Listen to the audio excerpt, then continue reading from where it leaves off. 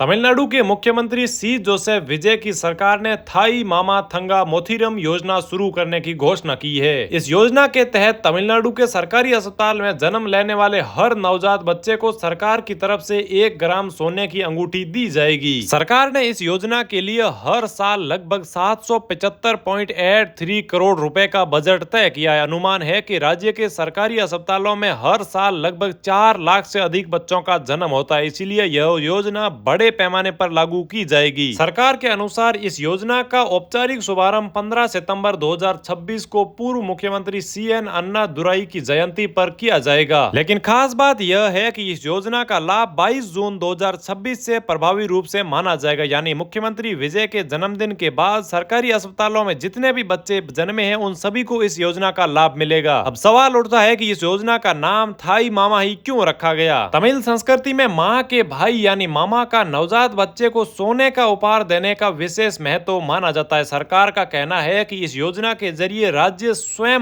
हर नवजात बच्चे का मामा बनकर उसका स्वागत करेगा। तो इस योजना का उद्देश्य केवल अंगूठी देना नहीं है। सरकार चाहती है कि ज्यादा से ज्यादा महिलाएं सरकारी अस्पतालों में सुरक्षित प्रसव कराएं, जिससे मातृ और शिशु मृत्यु दर कम हो जाए और सार्वजनिक व्यवस्था के ऊपर लोगों का भरोसा और भी मजबूत बने। तमिलनाडु पहले से ही संस्थागत प्रसव के मामले में देश के अग्रणी राज्यों में शामिल है और सरकार इसी मॉडल को और ज्यादा मजबूत करना चाहती है। चलिए अब बात करते हैं आखिर इस योजना का लाभ किन किन को मिलने वाला है। क्या बाहरी राज्यों को भी मिलने वाला है? ऐसा नहीं है। इस योजना का लाभ केवल तमिलनाडु के निवासी परिवारों को ही मिलने वाला है। लाभ पाने के लिए मां का सरकारी अस्पताल में ही प्रसव होना आवश्यक होगा। निवास प्रमाण पत्र के रूप में राशन कार्ड, आधार कार्ड, वोटर आईडी, मूल निवास प्रमाण पत्र या अन्य स्वीकृत दस्तावेज जमा कराने होंगे। सरकार ने यह स्पष्ट कहा है कि कोई भी बच्चा पहला जन्म ले या फिर दूसरा ले या तीसरा ले, कोई फर्क नहीं पड़ता। लड़का हो या लड़की हो, किसी के साथ भेदभाव नहीं किया जाएगा। लेकिन अब इस फैसले के ऊपर राजनीति भी तेज हो चुकी है। समर्थकों का कहना है कि यह गरीब परिवारों के लिए सम्मान का प्रतीक है और अब इस योजना के जरिए सरकारी अस्पतालों को बढ़ावा दिया जा रहा है। लेकिन वहीं आलोचकों का सवाल है कि 755 करोड़ रुपए सोने की अंगूठियों पर खर्च करने की बजाय क्या यही पैसा सरकारी अस्पतालों की सुविधाओं, डॉक्टरों और दवाइयों पर खर्च नहीं किया जा सकता था? तो अब ये योजना तमिलनाडु में कितना बड़ा बदलाव लाती है और क्या दूसरे राज्य भी ऐसा मॉडल अपनाते हैं, यह आने वाले समय में देखने वाली बात होगी। तो साथियों, आपकी क्या राय है? क्या सरकारी अस्पताल में जन्म लेने वाले हर बच्चे को 1 ग्राम सोने की अंगूठी देने का फैसला सही है या नहीं? कमेंट करके अपनी राय जरूर से बताइएगा।